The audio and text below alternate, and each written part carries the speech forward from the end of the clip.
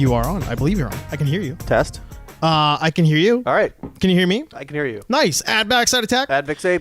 We were talking earlier because it's an awesome book, and then you were talking about Massimo, and we made a comment about how a professional doing something compared to us doing something. Yeah, it's a different experience. It's a different experience. Yeah, I haven't like really. I've never like went to like I've been to like great restaurants before. Like I've been to like actually the last good restaurant I went to was in New York for my birthday when my cousin took me out to one. Yeah.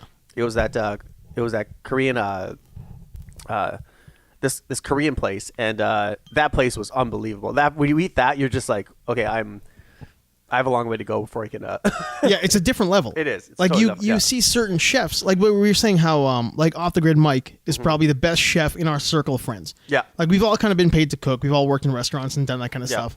But out of the people who we know who have been in that same scene as us, he's clearly the better guy. But, yeah, he's probably one of the best. Like from what I've heard. You haven't really had his food yet. I haven't had his food yet. Yeah. Phenomenal. The guy's incredible. But there are things that I'll make that he'll be like, "Oh, that's amazing, man! How'd you do that?" And there's things that he'll make that I'll be like, "Holy crap, Mike, that's amazing!" We'll always impress each other. But then there'll be a pro chef who cooks so much better than we do. He'll show up and just do something that we do with slightly different ingredients than we use, and it's just not even a contest in how much better they are than we are. Yeah, there's actually one thing I'd like to like one thing I think I could handle, like where I'd start. If I want to make something like that was like I make my own, but then I see how like a professional does it, and I know it would taste way better. I think where I would start is a grilled cheese sandwich. Yeah, that's a weirdly, because I mean there are grilled cheese sandwiches. You get Wonder Bread, Kraft slices, and you're good to go. But then there's a grilled cheese sandwich. It's like a sourdough bread, and like coastal cheddar. Yeah, you got British rugged aged cheddar. Yeah, exactly. So yeah, exactly. So I would like to make it like a 3 cheese and like or like don't grill the bread. Yeah, grill the cheese. Grill the cheese and on a really good bread. Yeah, like I want my bread to cost. If I were to go to the grocery store, it would cost me like $15 to get everything. Yes, or more. Like so, like I just like have like. I'm like, okay, you know, I'm going to invest an evening into making a really nice grilled cheese sandwich. Nice one, yeah. I was doing this thing for a while there where I would make the grilled cheese sandwich, but I would take or I would make a cheese sandwich, but I would take because I bought these really nice pans, these ceramic, it's like a surgical stainless steel and ceramic base. With like, they call it like a diamond dust, whatever the hell it is. Oh, yeah, I know what that is, yeah. Yeah, they're hex-clads, right? Yep. So I take the cheese and I put it on that, and I kind of let it do that, the melty thing, and then when you let it cool, it gets really hard. I'll put that inside for that extra texture of the crunch. Yeah. Oh man, I'm getting hungry now. Yeah, I'm glad. If I had like not eaten, that'd be a tough conversation. That'd be a tough conversation to get. Food is one of those things. I mean, everybody can cook. Everybody has the ability to cook. Yeah. But not everybody really puts the effort into learning how to cook. No, yeah, and we've talked about this before. Like I cook very simply. Yeah. I don't complicate things. But you use good ingredients. Like you're not out there just getting like a slice. I eat like my ingredients are very clean. They're not complicated, but I just eat clean. I say like 90% of the time. Yeah. But cooking for me is not. I think the way I started cooking was that a lot of chefs say that if you can, the first thing they teach you if you're going to want to become a chef is like how to make egg. If you make an omelet. That's where you start. If you know that you can make a good omelet, a decent omelet. So I was like, you know what, I like eggs, and so I make like American style omelets, but like they'd be like, you know, American style omelets are like, you know, they have that little caramelization on them. They're brown. And everything. Kinda, brown eggs a little bit. So I'm like, okay, can I do it French style? So can I make it like where I make it like a roll? And no brown marks on it whatsoever, and it's nice and creamy inside. Yeah. Once I got that down, I'm like, you know what? I think I have eggs down now. That's the way to do it on a consistent basis. Yeah, and from there you just go from there. Yeah. I'm a big fan of those. Yeah, I like those. They're because like when you eat them, they're creamy inside. Some people don't like them because they're it's underdone. I'm like, I remember we had the conversation with that waitress. Remember we were at Boston. Was it Moxie's? Where the hell were we? We were somewhere. We were in South Common. Yeah, a sit down place. Yeah, and that lady said. I don't like those, right? And I was like, okay, well, there goes your tip. You're out of your mind. I'm a big fan of those, like the Japanese style or the European style, where French it's always style. the French style, where it's still a little bit gooey. Yeah, I mean it's cooked. It's not like you're seeing the egg white run off the yolk. No, it's all cooked. It's all cooked, but it's very creamy. It's like it's very like it's a little underdone, but like to the point where it's It's creamy. It's very Yeah, exactly. Well, there you go. Yeah, for lack of a better word. Yeah. I told a joke to my niece the other day. That's why do the French love the number 7? Because c'est bon. I got a great reaction from a child, but not so much from the adults. Yeah, no, I like those. I'm not an overcooked food guy. I mean, I've always liked my steaks rare, medium rare. I don't like them overdone. I like my chicken to where I have to poop my pants. No, I don't. Chicken, you got to cook chicken. Yeah, you've got to cook your chicken, people. Yeah, like if you're gonna cook any of your food, make sure please and your pork butt and your pork butt. Yeah, I mean it's the ass. It's the ass of the pork. You got to cook that stuff, and you got to wash your sink. I was having this conversation with a friend about how there are so many people out there. How this idea, like when you watch people educate others on kitchen cleanliness, how they're always like, well, the cutting board, you got to make sure you clean it like this and do that, and never really wash your meat in the sink. Or well, number one, wash your meat. Yeah, always wash your meat because you don't know where it's being handled. Yeah, you can wash it in your sink, but you have to wash your sink. There's a study was in like the National or something, one of those shows on CBC years ago. They were saying that if you can go in somebody's kitchen, most kitchens, and you take a swab of their sink, the drain, and you take a swab of their toilet, there's almost always more bacteria present in their sink than there is in their toilet because you flush your toilet, and it's always changing the water. Yeah. Whereas like these people just aren't washing their sinks. Oh yeah. Their sinks are just filthy. They're disgusting. Because humans are gross, man. I mean, like you've got to. We've talked about that a lot of times. Humans are gross, and if there's one thing I can get for you to be not gross is wash your sink. Yeah, please for the love of God. Yeah, please for the love of God, please do it. Good gravy. Yeah. How's your week, buddy? Pretty good. Still early. It is still early. Yeah. Well, you're heading out of town, so we're early in the week. We're earlier in the week today. Yeah, like I have to. Yeah, I'm going to California. Not too bad. Wedding, yeah. Wedding. Yeah. Nice. Gonna party that up in the. We'll see. Yeah, it's all condensed. Cali. The wedding stuff is all condensed into one day or one evening. No, not one day. One evening. That's pretty good. And then after that, that's Thursday. Then Friday, Saturday, and Sunday is going to be like a bunch of other stuff. So that is Indian wedding. It's an Indian wedding. Well, there are Indians involved in the wedding. Yeah, it's an Indian wedding. I can show you the itinerary. But that's fine. Yeah. But I mean, that's rare. Because the Indian weddings are like a week long. Oh yeah, I'll tell you the whole story about it afterwards. Oh yeah, God, it's a tale. But yeah, it's had to be done early and quickly. So oh man, I've been to a couple of those. It's always a pregnancy involved. This one's different, but like it's okay. That's good. Yeah. I've been to a couple like we got to get married. It's an Indian wedding. They're like, well, number one, we're broke, and there's a baby coming.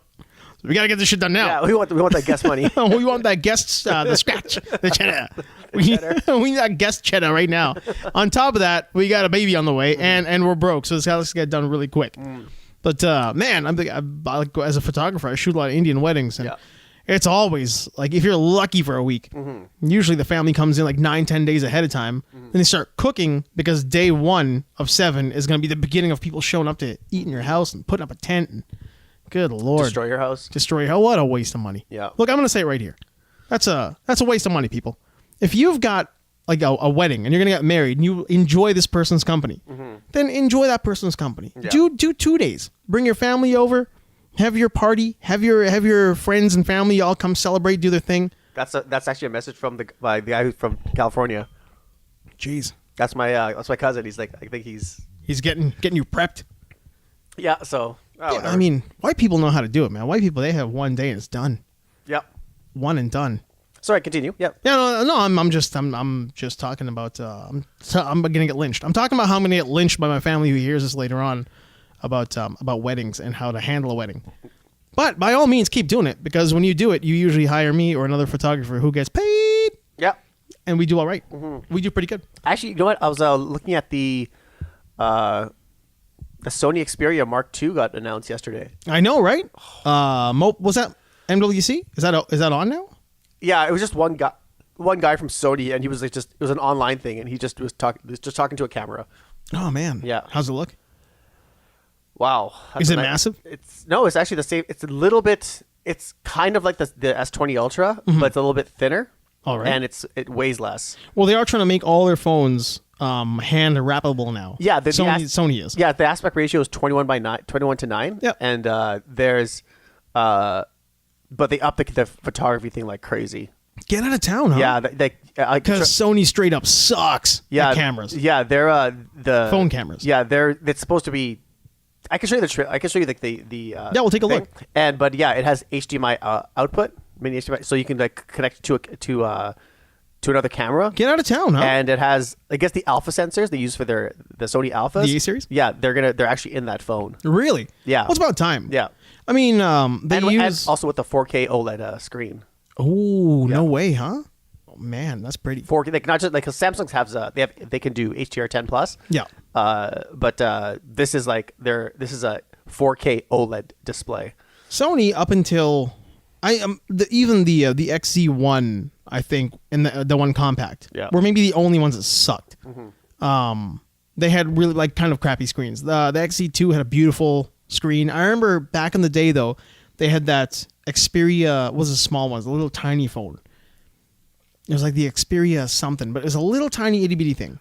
But it had like a Trinitron. Like it had like this screen that was phenomenal for an LCD screen. I remember looking at that and just being like salivating over how pretty that looked. And this is like back in the day, like 720 screens, right? It wasn't even like a high def 1080 HDR nothing. Yeah. But they always used to kind of nail that beautiful looking screen. Yeah, it's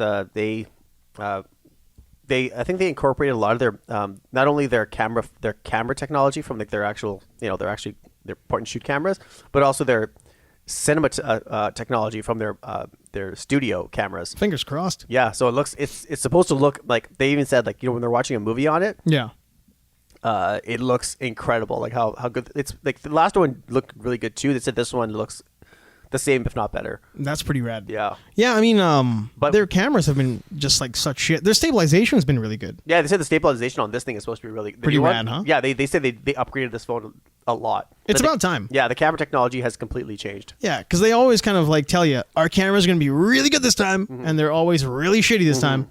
And then you're paying so much for a phone these days. Oh, yeah. I mean, it's ridiculous, right? I mean, it used to be a time when I remember the Nexus 4 came out, and it was affordable and it was high end. And then they had that Coco Rosie commercial that made you really want to get that thing 'cause on the rooftop. And the 5 came out. The 5 was $400. And it was a step up. The camera wasn't great, but it was a step up.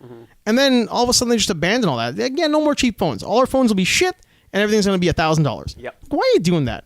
Why are you giving me so much crap for so much money? Because someone started the $1,000 per phone. Apple, cough, Apple. Yep, and then now they're like, okay, now we have to compete with Apple because $1,000 means premium. Yeah, that's the word, right? Yeah, premium. Is it glass? Does it break easily? That's premium. That's premium. Yeah, go shut up. They're premium. Yeah. So I was actually that Sony one. There's a Canadian company. I can't remember what they're called, but I phoned them today and I said, if that phone comes out, is that where I have to get it from? They're like, yeah, you can get it from us. Oh, get out of town. Because I'm not sure where else you get Sony phones from. Omega Cell here in town, right? Is that the one? I can't remember the name of the website. What was it? It was but it's somewhere in Ontario. They said you can get it shipped. I know. I mean, we're not getting paid by you guys, but JP Mobiles is pretty good. Swiftronics, they deal primarily like Best Buy, I think. Swiftronics. Yeah. Swiftronics is really good. JP Mobiles is really good. That's the only ones that I would buy from in Canada online. Online, yeah. Yeah, those guys have always got like really good ratings. And then here in town is Omega Cell. You can kind of get whatever you want over there as well. And they've always been. I've bought 2 phones from them, and they've been really good.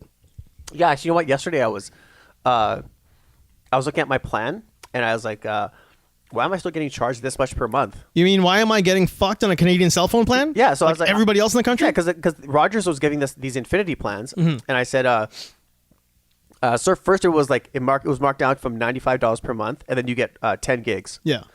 That was your plan, right? So I signed up for that one for almost $100 a month. Yeah, and then I was like, then they came up with another one which was $75 per month, but that was for 20 with 20 gigs of data. I was like, okay, so on February 1st, I phoned in. I said, yeah, I want to take advantage of this offer. And the guy said, okay, well, you can. He goes, yeah, you can totally take advantage of it. The only thing is that you have to pay off what's left on your phone. All right. So I had like about 130 or something left off of my phone. And I said, yeah, okay, that's fine. And so I did that. And then I looked again yesterday, and I'm still on that plan, that $95 per month, right? Yeah. So I was like, oh, okay, maybe I should just phone them and just find out what's going on. Bust some balls here. Yeah. So then I phoned them. I said, I looked at my bill, and it was like it was like $257 or something. Get out of town. So I was like, phone them. I said, why is my bill this high? Then I was like, oh, wait a minute, because I didn't. That was because of I wanted to cancel my. I had to pay off the rest of my. Oh, my phone. the accrued whatever the hell it was. Exactly. Yeah, so I was like, months. so I told her, I'm like, oh, okay, that was my mistake. I'm like, that's why it's this price, right? And then I said, am I still signed up for that $75 per month? Mm-hmm. And the lady's like, let me check. And she's like, no, you're still on that 95. I said, well, can you check on there? I'm like, check on there because the guy wrote it in my account. And then she looked at it and she goes, yeah, it's actually mentioned here that you are supposed to be on that plan. So let me talk to a manager. I was on the phone with Rogers for like an hour and a half. Yeah, because you needed something. Yeah, and the manager was like the nicest guy. And he said, okay, he goes, yeah, this doesn't make any sense. He's like, can we then he fixed everything. Mm-hmm.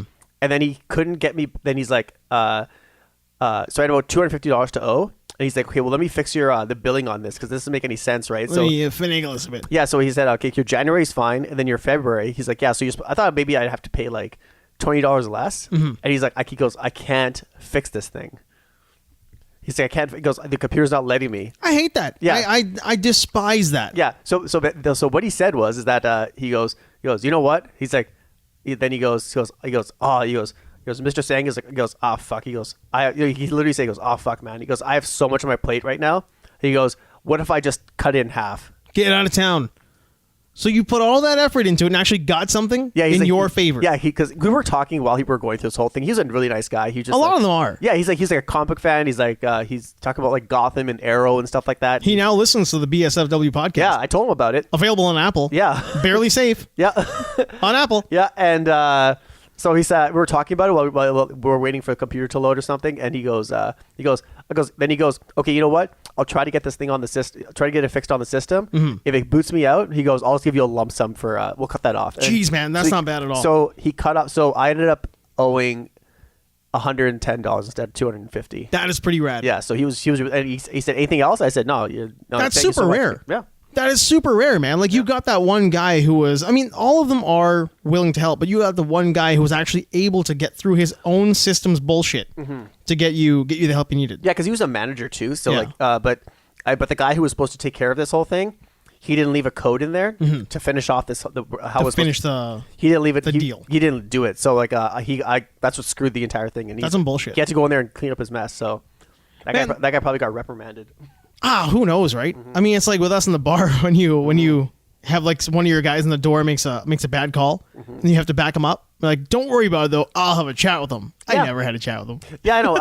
I just try to be very like polite. I think that's the best way to go. I just be like, sir, can I put you on? I'm like, yeah. I always say, take your time, do whatever. I'm like, I don't want them to be because we've all been on the other side of that. Oh yeah, in some form or fashion. And you're like, you know what? I want to fix this, but like, just give me some time. If you say like, yeah, just take your time to do what you got. Do what you have to do, because that just benefits you. Yeah, man. I mean, patience is a lost art. I think like being patient with a customer service rep is dying because we have so many shitty customer service reps. These days, right? There are also, a lot of crappy ones. And plus, they have to deal with so much shit. Oh yeah, like they could deal with like people who are like, I'm gonna pay this much per month and. Well, I mean, like the Apple problem we had, right? Our Apple problem, the reason the original version of the podcast was no longer on Apple was because I didn't have two-factor authentication enabled. Mm-hmm. And because of that, because I did it a while ago, it was 3 years ago before I really thought about doing it. And my user ID, they couldn't link up a security question to it. Mm-hmm. So I never had a security question, or I didn't remember what it was. And now they're not going to let me, again, like the ones that they had listed on there were things I would never choose to make my security question answers. Yeah. And if I did, I've got a generic one that I put in for everything, and that didn't work either. Yeah. So now I can't reset my questions, so I can't kind of reclaim a few things in the Podcast Connect app thing, web portal, whatever it was. So I call them up and tell them, look, I can change my password, but I can't change my security questions. I've got to kill this thing. But you guys have kind of like, you guys have to help me somehow if I can reclaim my my questions, like do something for me. Yeah. Now you would think because they are Apple and they have all the mumbo jumbo shit listed and logged in places, they could just go in there, verify who I am through an email, or send my phone a text because that thing's connected. That they can just kind of like find out who I am, verify my identity, give me new questions. And she's like, I can't. I'm like, what do you mean you can't? She goes, the system literally will not let me, and I am the manager. Like, she is locked out of the system.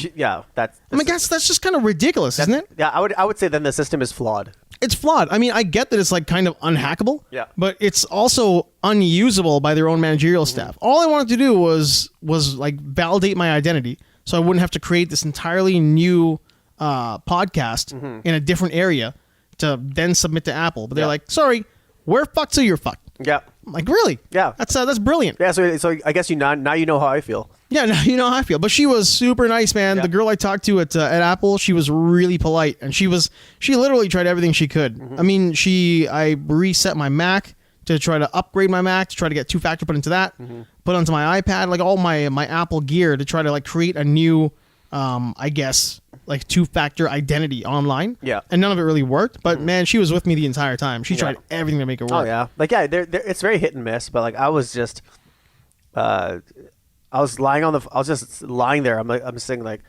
okay, how much longer am I on hold for? And the lady's like, okay, that has to go to a manager. I'm like, great. I have to deal with a manager who's going to tell me like, no, but he didn't give a fuck. He's like, he was just like, he goes, yeah, let's try to figure this out. Well, the longer he talks to somebody like you, who's like, he's having a conversation with while helping, he doesn't have to talk to some other schmuck. Yeah, I tried to ease the pain. I was like, right? yeah. I said, take your time, like do whatever. And he's like, I'm doing this, this, and this. And I said, they brought up Spider-Man and stuff like that. And I was like, we started talking about that stuff. And then finally he got it. He's like, you know what? Fuck this. He goes, I'm just going to cut it in half. And I was like, perfect. I'm just going to do that managerial magic. Yeah. And I'm going to take the heat on this one. Yeah. And he switched, and he gave me an extra 5 gigs per month. That is not too shabby at all. So it was like, yeah. So it was, I got to 75 for 25 gigs per month, which I don't need. Yeah, nobody needs that much. No, so if I would take a hit if I have to upgrade my phone or something like that, they said, we have to take off. They said they might ask you to take off that 5 gigs. I said they can take off 15 gigs for all I care. Yeah, for all I care. Man, nobody needs that much data unless that is your primary source of data, and even then, that's not going to be enough if that is your primary source of data. Yeah, that's true. But then there are people out there, man, who just like leave their location on. They have their maps on all the time. They're doing all this shit they don't need because they don't know how to use their device. But there's a lot of people who don't. I mean, there are people out there who use it as like a status thing too, right? I've got 100 gigs of data. It's like that's nice. Good. That's nice. I've got 5. Yeah, I barely get to 4. Yeah. You know, I mean, if we had the hotspot on and all my friends are tagging along and using my Wi-Fi, but they don't because they also have data. Yeah, I don't know. Just close everything while you're shut it all. Shut it off. Shut it all off. Yep. Thing I was looking at the other day that was kind of like irritating me. I was at a family function. I'm not going to say who did it, but I was watching a person try to show me photos on their iPhone. Okay, here's the thing. This is maybe it's because I'm biased. And I think you feel the same way. I think you feel the same way. We're Android people, right? Yeah. Android's pretty intuitive. It's fairly easy to use. Yeah. And it's very pretty at the same time. It is an elegant operating system. Yeah. For some reason, I just think iPhoto is garbage. Like, it looks ugly. It's weird. It's got that weird kind of like film strip in the bottom. It doesn't have that nice look to it. But have you ever tried watching somebody try to show you something on iPhoto? It's like they can't. No. Like, they just have the hardest time doing it. Yeah, it sometimes it looks like a struggle. It's always a struggle. Like, they always end up going into the details of the photo. Yeah. They end up getting to the metadata. They end up showing you the wrong photo. Next thing you know, you got a dick in your face. Yeah. Like, they can never show you what they want on iPhoto. Yeah. And they're always using their index finger. Yeah. Yeah, it's like on Android, it's easy. It's like I don't know. The thing is, I was talking to a friend and she saw my phone. And she's like, "Oh, I wish I knew how to use Android." I was like, "Everybody does." Yeah, everybody does.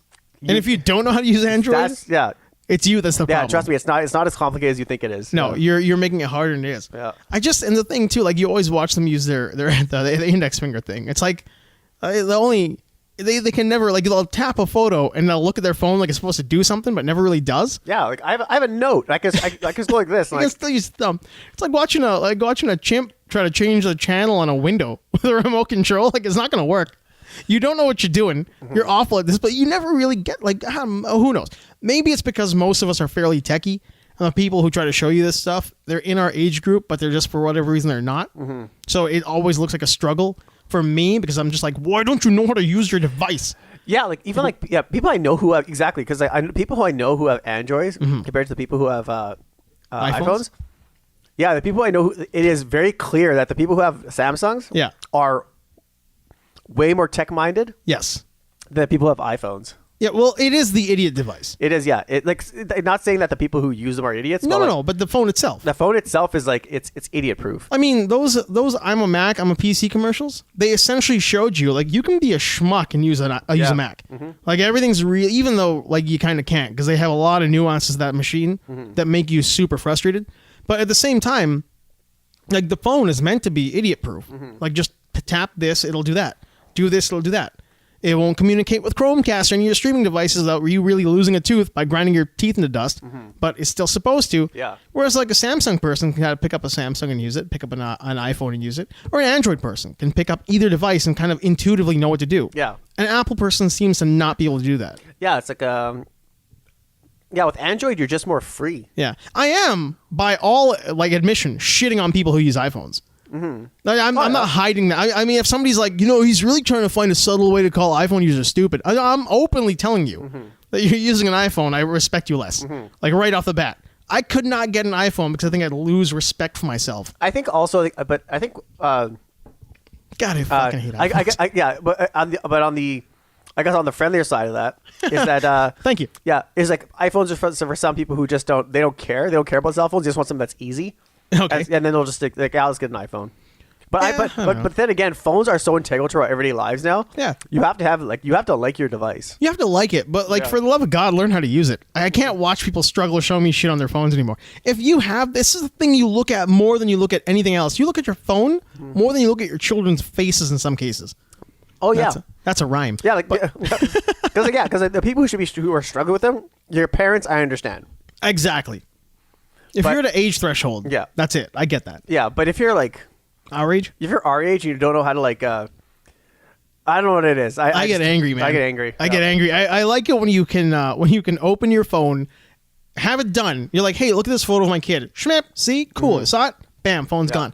But when you're like, I'm going to show you a photo of my kid, and you pull the phone out of your pocket, you turn it on. It's not where you want it to be. You hit the home button, and you can't find the app you're looking for. With your index finger, because you're not using your thumb like a clever human being. You're monkey fingering it with your index finger. Yeah, and then you're looking for your thing and you can't find it, and you're tapping it like you don't know how to tap a thing like you don't understand how the touch screen works. So you're tapping it weird.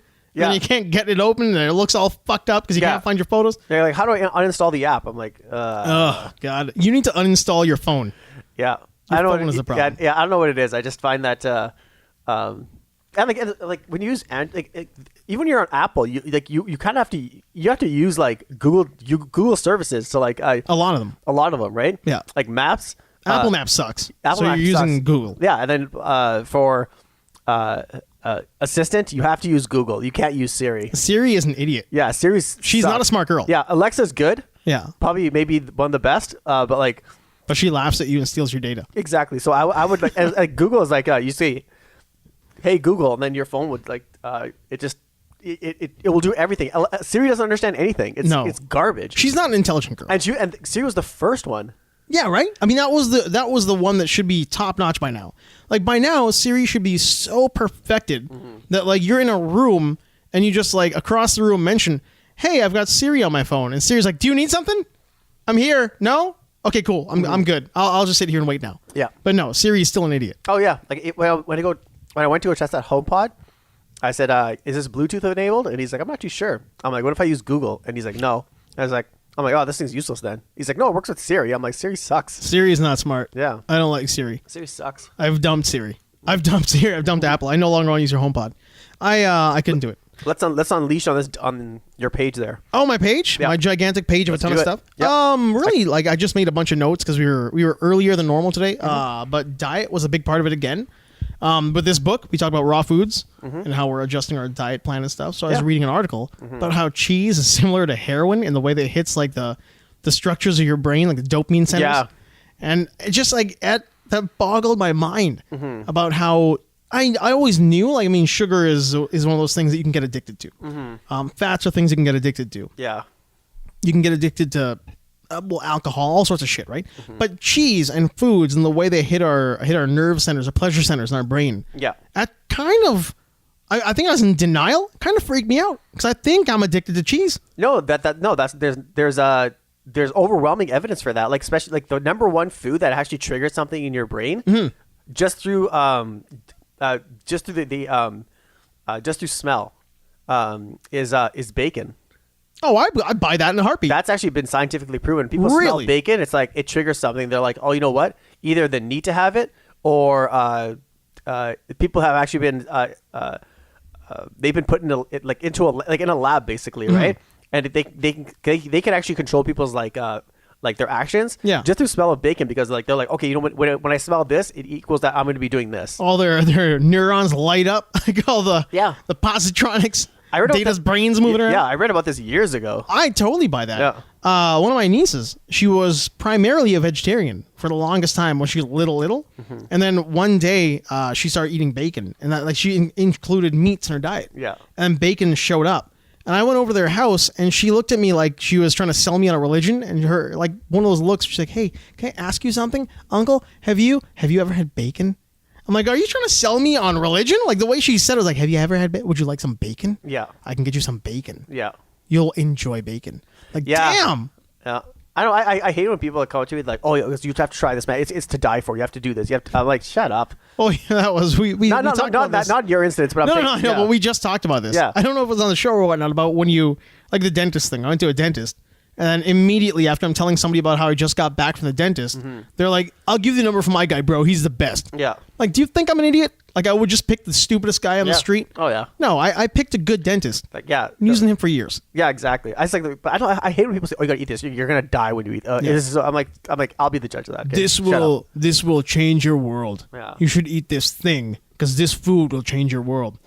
Like, look, man, I don't. Fuck off. I don't need that. Yeah. I don't need you to tell me how that food is going to change my world. Yeah. But no, a big part too was the sugar I mentioned to you earlier. I cut the sugar out entirely. I'm in the end of week 2 of no sugar, no processed carbohydrates. Yeah. And already I'm feeling a lot better. I've noticed training, I don't get tired during the training at all anymore.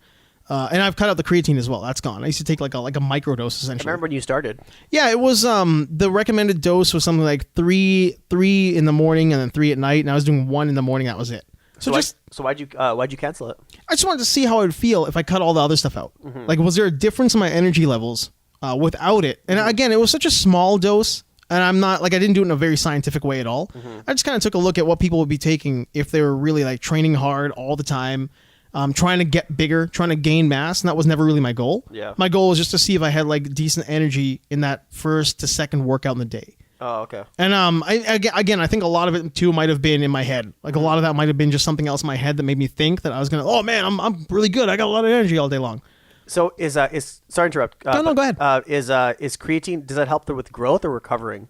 A little bit of both. I mean, it does a lot of stuff. Creatine is like stored in your muscles, right? So like really, it like your muscle energy. For me, I thought it was gonna help me plateau my muscle energy out. Okay. And again, like now for it not being there, and then the change in the diet, like I don't think I really need it for a whole lot of like longevity. I don't think I need it for that so much. So does it more help with performance?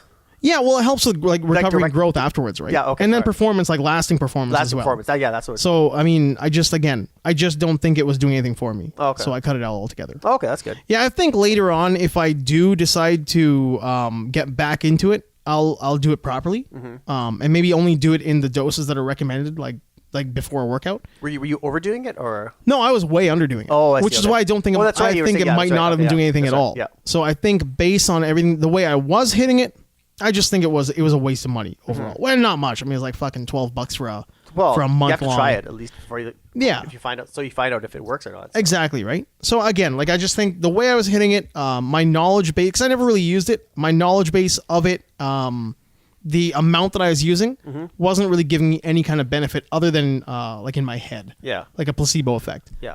But then now, taking out all the sugar and taking out all the processed carbohydrates, feel terrific. Oh, yeah. I was having some nagging back issues, and now they're, again, it could be in my head, but we'll see in a month. But, I don't really have a whole lot of weird back pain anymore. Yeah. After I work out, my joints don't feel all weird. I feel really good overall.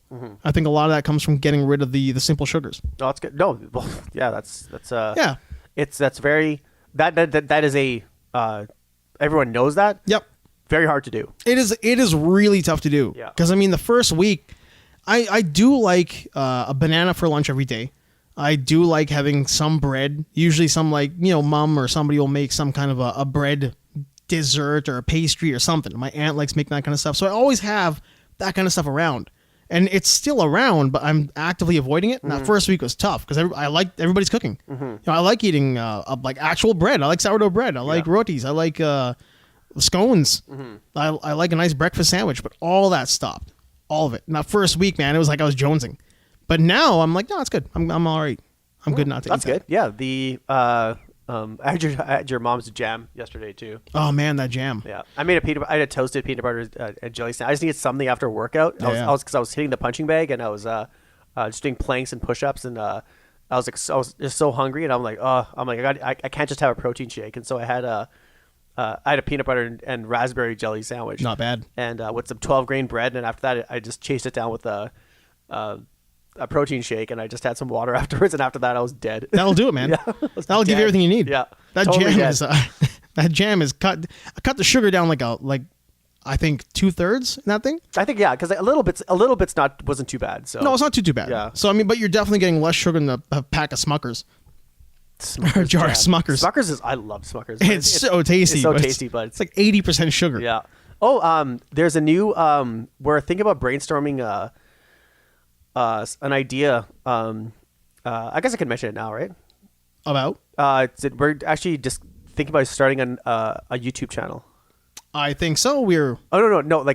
I want you to be part of it as well. We're starting. I thank you. Myself, Jason, and Waleed. Rad, man. So it's gonna be a sister channel to this YouTube channel. To this channel. Nice. So it's gonna be. Like a hip hop channel that we're just gonna play on loop. Oh, that's rad. And so people can just like sit down and just listen to it and just chill and just put it on a loop for like maybe like 3 hours or something like that. Those are big right now. Yeah. So and then Jason's gonna do the music because he's Jason's music extraordinaire. He makes fantastic original music, and it's just music to like study to, chill to. That's rad. Whatever you want, right? And then kind of like our outro song. Yeah, pretty much. Yeah. Jason had nothing to do with that, by the way. So yeah, we're gonna and then do that, and then hopefully and then we're gonna get some marketing ideas, and then from Waleed, and then we're gonna merch it as well. That's pretty rad, man. So that's really good stuff. We'll come up with the design, and then we'll we can totally make that. And then we'll have that as a sister channel. I do like how we have kind of branched out among our friends, and we're all doing some creative shit now. Yeah. My goal always was. To that, like, I like the idea that if I get fat, my friends get fat. I feel like I'm about to get really fat, so I would like for my friends to get fat as well. Yeah, yeah. I mean, growth is good among your peers, right? Among everybody doing something creative and like creating good content to make other people feel like creating good content. Yeah, or make other people feel good about themselves because they're doing something productive. So yeah, I'm really glad it's going to happen. That's awesome stuff. We'll keep you guys updated on it, and then we'll definitely talk about it here. Yeah, and we'll link it up once it's ready to go. Like obviously you'll be a part of it too. So like we'll get because this is gonna be like a collaboration between all of us. That's pretty cool, man. That's really rad. Yeah. No, I mean, and those guys really Waleed's marketing skill. That's his ballpark. That's what he can do. Second to none. Yeah, he's great. Yeah. And Jason is a hip hop creation. He's a hip hop dentist music making machine. Yeah, if he's not fixing your smile, he's putting tunes in your ears. If he's not fixing your smile, he's putting one on your face. He's putting one on your face. Oh, I think you just got him a catchphrase. I think you just nailed him a catchphrase. If I'm not fixing your smile, I'm putting one on your face. Yeah. His I'll send you a link to his website, but or maybe if you want to post it on the YouTube channel. But it'll be on the description below the video, and we'll add it to our. Yeah, he makes fantastic chill out music. Yeah, he does some really cool stuff. Yeah, and his sampling is like you're like oh my god, then you'll recognize the sampling. You'll be like, oh, that's where he got that from. I'm like, oh, that's old school. That's cool. And so yeah, Jason's So it was solid when I heard his new stuff. It was great. That's pretty cool. No, we'll start up. If he wants to put it on here, we'll put some stuff up in the background here as well that he can play as we're talking about shit that we don't know anything about. Yeah, it's he's part of this website where people just post the music that they created online, and then they. What's the name of that? I don't know the name of it. I'll link in the description below. Well, we'll have a link for it. Yeah, I'll send you the link. I will send you the link for it. That's cool, man. No, that's really cool. I've always liked the idea of creating music. Like I wasn't really good at it, but at all. Like I couldn't play any instruments. Yeah. But then when I was doing the Chasing Earth videos, I needed free music that I could play somewhere that wasn't gonna get striked on YouTube, right, or struck on YouTube for copyright. So I picked up one of those Power M Studios, the M Studio controllers, the keyboard. That's it right there. Oh, let's see. It is Jason's music can be found on weeklybeats.com, spelled like you think it would be. Yep. Jason plus Niger, music and plausible hero. But the link to that will be in the description below. I'm not going to show them that. They're going to see all your crap. Yeah. But weeklybeats.com. Yeah. So that's where he puts his stuff. Yeah, if you want to just go on, if you want to go somewhere where like people, like you want to like just hear what people put their, people in their own places, their own house, they want to like just create music and they just post online for free. And there's a community there, so people just like post their own music and like critique, get some ideas from people. It's a good community too. It sounds like a great community. Yeah. So like those are very cool, creative people. Hey, it's a lot of people who are giving positive, critical information back to you as well. Yeah, it's not like a YouTube comment. It's like, this is shit, and they walk away. Mm-hmm. They crap all over it and they walk away. Oh yeah. Yeah, where did you make this? This is garbage. Later, gone. Yeah, it's actually like it's positive criticism. Yeah, it's like because the one thing about Jason is that he's always looking to improve on his music. Yeah, which is kind of weird. Which is kind of hard to say when you're his friend, because you're just like, when you hear his music, you're just like, that sounds fucking awesome. Like, what do you like? You can't improve on it, right? Yeah. But he's like, he goes, no, I need you guys to tell me, like, what should I do to improve it? I'm like, man, like all of Jason's music is solid. Like I wish I knew how to do that. Well, that's what I was saying earlier, right? Yeah. I didn't, and I decided to pick up that keyboard. Mm-hmm. And little by little, honestly, as much as I shit on Apple, mm-hmm. I wouldn't know how to code websites, and I wouldn't know how to write music if it weren't for the Mac that I bought. Yeah, because they had programs in there that kind of walked you through it, right? Mm-hmm. And GarageBand, man. I mean, just learning how to make your own loops and then make your own music, and eventually learn how to play a piano. Mm-hmm. Was super beneficial to me. Like, I can actually kind of sound like I know what I'm doing now. Yeah. When I sit at a piano, I can fuck around enough to where people who don't know music, mm-hmm. like, do you know how to play the piano? Like, no, not at all. Yeah. But I can fake it. I can fake my way through it. Yeah. And now I'm making all the music for everything we do, right? Mm-hmm. Except for our intro song. That's a freebie that I really liked on GarageBand. Yeah. That was actually...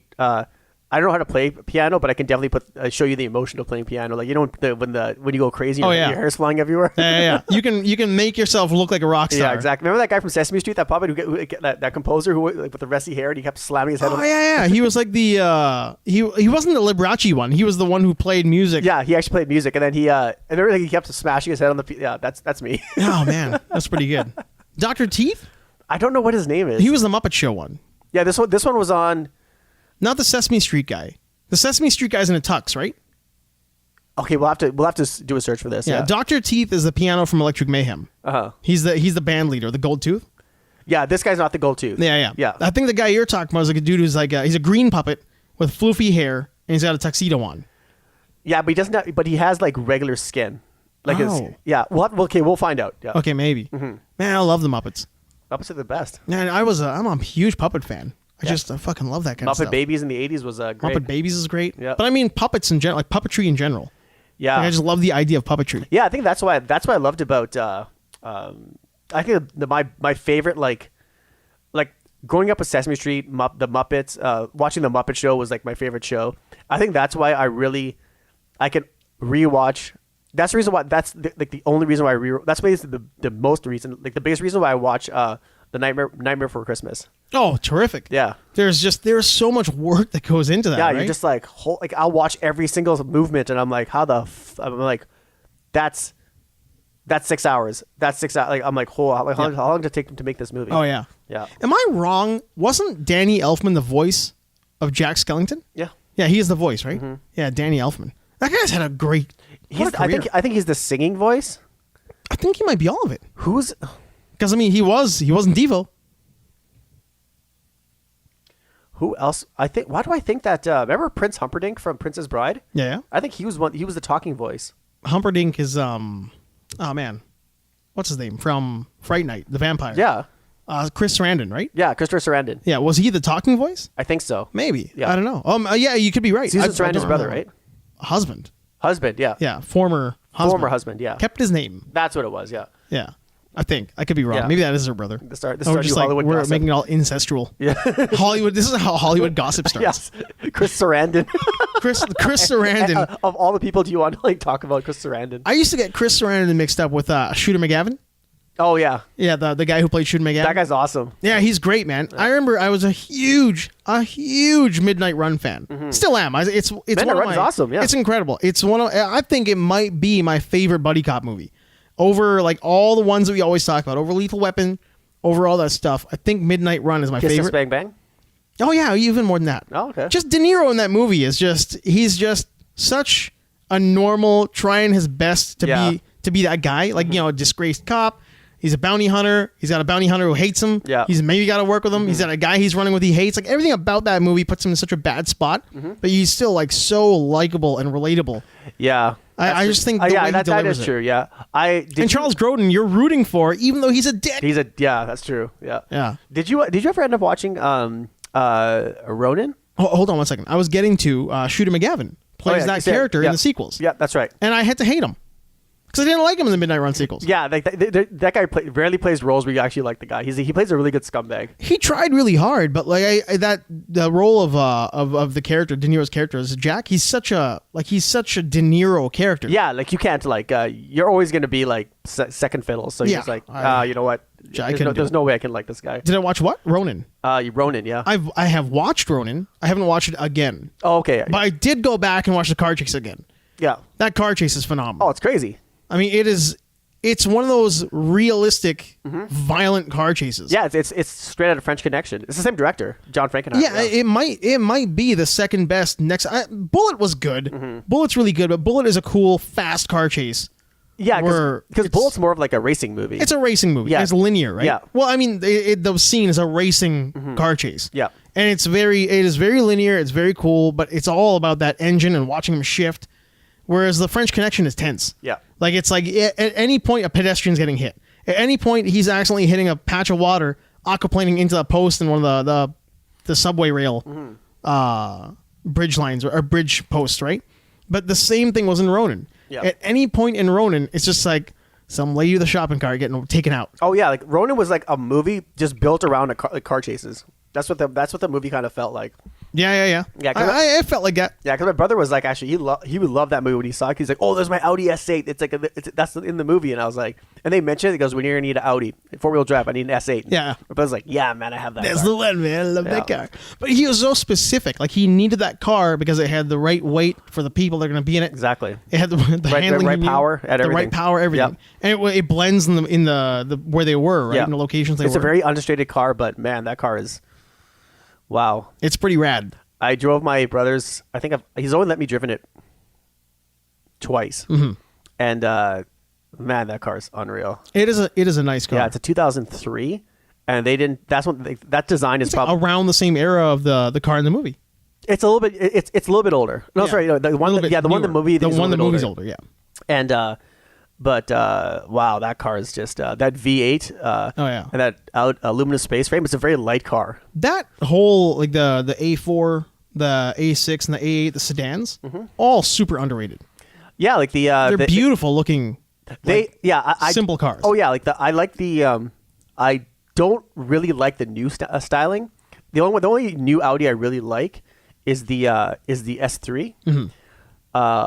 The cars themselves are great, like engineering wise, they're fantastic, right? Like, but the bodies, the little tweaks of the way they look now. Yeah, like I don't like them. Like I like the older style better. Yeah. Because they're rounder rather than sharper. Yeah, and so I like that round look. It makes them look more executive. It was that I fell in love with that look right around the time of I think it was like the 2002 or 2001 TT. That kind of rounded, clean look to it. It just looked like a shark just coming over the water. Yep. Like it's just coming up. It's like this. It's like whoop, yeah, like that. Yeah. Such a pretty, like very simple, understated, really elegant design. Yeah, actually, there's two. I have two. My uncle actually my cousin Ryan, who owns La Finca. The coffee. The coffee. Yeah, he has one. Get out of town. And my aunt. Who lives in Canmore? She has a new one. Well, look at your family. They're Audi fans, man. I don't know. Audi all around. Yeah. Hey, speaking of car chases, another one I got into on the YouTube rabbit hole. Yeah. I didn't expect to, which again, a movie I really liked. The Peacemaker. Oh yeah. George Clooney. What's her name? Tom Cruise's tall wife. Nicole Kidman. Nicole Kidman, yeah. Damn, that's another really good car chase. Maybe one of the best revenge kills using a car ever. Yeah. When he takes the back of the Mercedes into that one dude, and then he gets up and shoots him. Yeah. It's just Clooney had such like action movie potential from that, and just never like until The American, right? I think The American's his next real. Yeah, I would motherfucker action movie. I would say good guy movie. Yeah, so like, I think I still think From Dusk Till Dawn is his best movie. It's incredible. Yeah. Dusk Till this is his best character, I think. His best character, like I think like it's and just knowing that he had to, because I saw like at the making of that movie, he had to like take so many takes because he really wanted to like nail the attitude. But the blank stare when he sees the body for the first time in the motel room. Yeah. What did you do? Yeah. Yeah. He plays a really good badass. Oh yeah. Like, that's a good badass he plays, right? Yeah. But like so that when he started doing more of those action movies, I was like, hey, you know what? I know he could do more dramatic roles and stuff like that. So he's very well rounded. Yeah. And but few and far between, huh? Yeah. Like he hasn't really done a whole lot of really good action movies. Well, I think he's at that age now where he's not being asked to do those awesome roles that he got when he was younger. Yeah. And now it's like, what else can you give him? Well, he's such a talented producer and director, because there is a talent and skill. You can't just be a guy who's like, I produce movies, use some money, do your thing. Yeah. Because then you go to jail for rape. Yeah. But with him, he puts together good teams, and even as director, he puts together good teams. He makes good movies in those two roles. Yeah. I think the movies he was making were getting him maybe that Oscar cred, but they were getting him that Hollywood cred. Yeah, that he wasn't just a one-note goon who makes movies where he shoots guys. Yeah. His resume is like, you can't really touch what he's done. Yeah, it's rock solid. Yes, but him, the movies that he chooses to act in, I find that and I think with a lot of people, it's like it's either their paychecks or their or you're just like they're all kind of forgettable. Yeah, you're like, why the fuck were you in that movie? Because like I don't really remember Michael Clayton. No, Michael Clayton was awful. I don't remember that too much. I think he was in Suburbicon. Yep. Siriana's great. Siriana's awesome. But then again, that was like the tail end of him doing really gritty work, like really gritty stuff, right? So, but yeah, like I don't really remember him in a whole lot of stuff like that. Was he in the one where he's the black and white where he plays not Cronkite? Who do you play in that one? Oh. Good Night, Good Luck. Good Luck, Good Night. The news reporter one. That wasn't him, was it? He directed that, I think. I don't think he was in that. No. But again, forgettable. Like we can't remember because he makes kind of forgettable choices. Yeah, so like he could have been. Yeah, he could have been. But then again, when he directs movies, he does a really good job, right? Yeah, like his choices are really good. Yeah. So yeah, I don't know. I think he's, he has like that. He has that look, but he doesn't have the he doesn't have like that magic. Yeah, he doesn't have that Tom Cruise middle tooth. Tom Cruise. Talking about directors making choices, and not to get away from Tom Cruise. Did you see the Rian Johnson video that just came out? No. He kind of breaks down. It's actually informative. As much as I didn't like him for Star Wars, I still think Star Wars The Last Jedi is garbage. I didn't like him in that. I didn't like his thought process whenever he sees behind the scenes shit, not online. However, he does make good movies. He's made like his other movies are like half decent, even though he's got some weird crap that happened in Looper and all like whatever. What was his latest movie? That Knives Out. Knives Out. Yeah, he talks about that in Vanity Fair's breakdown of a scene. Yeah, I mean, I'm not gonna spoil what he talks about because I think if you enjoy filmmaking, the Rian Johnson Vanity Fair breakdown of a scene with Rian Johnson is actually really informative. But there were certain things that he mentioned, and the one thing I will say is he wanted to use iPhones, and he's like, you're allowed to use iPhones in movies. He's talking about how his production design team, they always asked him what time it was. So whenever there's a phone being shown to the camera or a clock in the background, they were always in sync. But he made a really good point, or he made a really good comment for people who want to know more about movies, is that anytime you see an iPhone on screen, Apple will let you use it, but not if you're a bad guy. Really? Bad guys don't use iPhones. He's like, I just blew shit for a whole lot of people with iPhones in their movies, for movies you haven't seen, but if a character is using an iPhone in a movie, in a mystery, that's not the villain. Oh, God. I'm like, oh, dude. Like, if there's one thing that I'm going to share that I wish I didn't share, or I wish I didn't hear because I'm going to fucking share it. It was that kind of thing, right? Yeah. I mean, like, you're watching a mystery movie and somebody's using an iPhone, chances are that's not the villain. Yeah. I was like, God, that's remarkable. That's remarkable. That is pretty crazy. Like, iPhone is like, go ahead, use a phone, but no villains. Oh, God. Only heroes use iPhones. Now bad guys are going to be using Androids. Or just everybody. Yeah. Everybody uses an Android now. But he himself was like, oh, maybe I shouldn't have said anything. Yeah. I don't know, man. Well, actually, I guess Google's gonna take a massive hit since Xiaomi, Huawei, Oppo, and all of them, they're going to be creating their own operating OS system. Yeah. Yep, their own OS. I do think it's going to be a massive hit. It'll be a hit. I mean, it'll be a hit definitely in China. It'll definitely be a hit like in that market. Yeah. And maybe India. But I mean, they do so much work with like cheap Android phones in India. Like they're like Nokia and what's the other one? Motorola. Even Samsung makes so many cheap phones for that market. So I mean, they'll definitely see it. Yeah. But I don't know. I think they're going to bounce back. Yeah, because like the mobile operating system is not their. It's not just the only thing they do, right? Yeah, right. Yeah, so it's not their bread and butter. Yeah, they still got cloud services. They got a bunch of stuff. So yeah, I wonder how much like the licensing really is, like overall. Like when Samsung makes a phone, like, well, we're going to use Android. Like they're paying a licensing fee to use Android, but it's still like it's an open source OS, so they can use it, right? So I wonder how much that really. I'm not sure. Yeah, that's a good question. Like I what's should that going to research hit that. That's one of the, there you go. That's one of those things that we talk about sometimes. We should research more. Yeah. Yeah. No. That's a good call though. I wonder, like, I mean, with that market, who will be the primary user of a different operating system? Definitely China. Yeah. I mean, Japan. They buy a lot of Japanese phones out there. Yeah. If they're buying Sony, they're gonna be buying Sony using Android. Oh yeah, for sure. Man, yeah, I guess so. And it's just those. It's those 4 or 5 big ones that are all just like coming together and be like, you know what, fuck these guys. Yeah, right. Yeah. I mean, if you're gonna block us out of 5G, in North America, we no longer use your operating system. Yeah, and Google knows that. Everyone knows that if China's gonna do that, they're gonna do that very quickly. They're gonna do it fast. Yeah, they're gonna hop on it. China always engineers their problems out.